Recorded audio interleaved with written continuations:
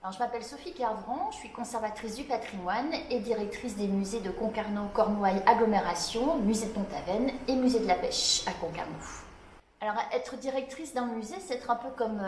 un chef d'orchestre finalement, c'est de gérer la partie aussi bien administrative que la partie collection, la partie exposition, la partie service des publics. J'ai la chance de travailler avec une équipe de 21 agents qui m'aident, qui m'épaulent pour accompagner le dynamisme et l'expansion du musée de Pont-Aven. Alors, le musée de Pont-Aven accueille 2 expositions temporaires par an, une au printemps et une à l'été. Alors, préparer une exposition temporaire, ça se fait vraiment beaucoup en amont, on va dire entre 2 et 3 ans, parce que ce sont souvent de gros projets qui demandent de nombreux partenaires, qui nécessitent aussi de rechercher des œuvres qui viennent d'un peu partout en France, mais aussi quelquefois à l'étranger. Et on a la chance d'avoir un partenariat assez exceptionnel avec le musée d'Orsay. Alors, en tant que conservatrice, mon rôle, c'est bien sûr de choisir une thématique d'exposition en lien avec nos collections, mais aussi en lien avec l'histoire de l'art, l'idée que l'école de Pont-Aven a ouvert vers une certaine modernité artistique. Et puis, je travaille souvent avec des historiens de l'art, des experts qui nous accompagnent dans l'élaboration d'un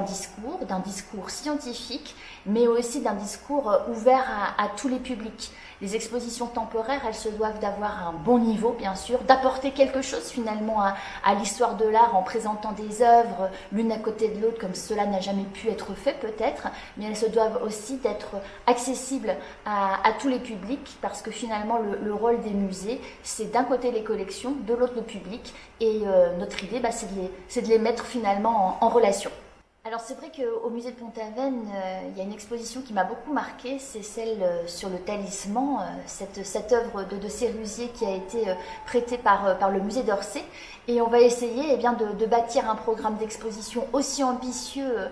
que celui qui a été mené jusque-là. Donc, on est en train de travailler en ce moment, et c'est une partie assez enthousiasmante, sur nos propres collections d'art graphique autour de l'école de Pont-Aven, qui est vraiment notre spécificité au sein du musée. Et c'est la partie,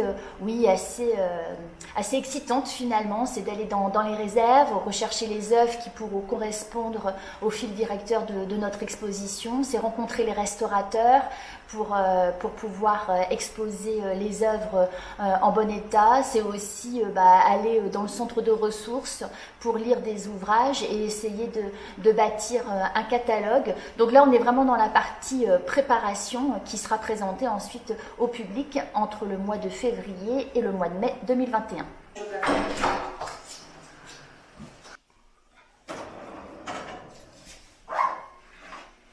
Alors, pour l'exposition qui s'intitulera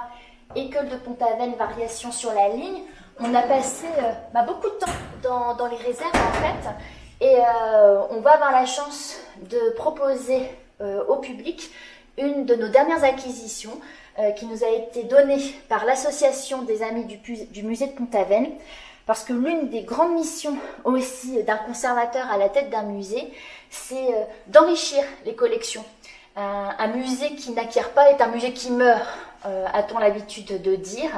Et ici, on a acquis il y a peu de temps ce bois gravé d'Armand Seguin qui a été distribué par Gauguin à ses compagnons de route, et notamment à Maufra,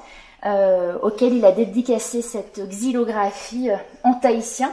et qui va vraiment bien en résonance avec le très beau pastel de Gauguin que nous conservons dans nos collections, Les Deux Bretonnes, qui est entré dans nos collections en 2004 grâce à un mécénat et une souscription populaire. Donc c'est aussi important dans un musée d'avoir une politique d'exposition, de diffusion au public, mais aussi d'enrichissement de nos propres collections.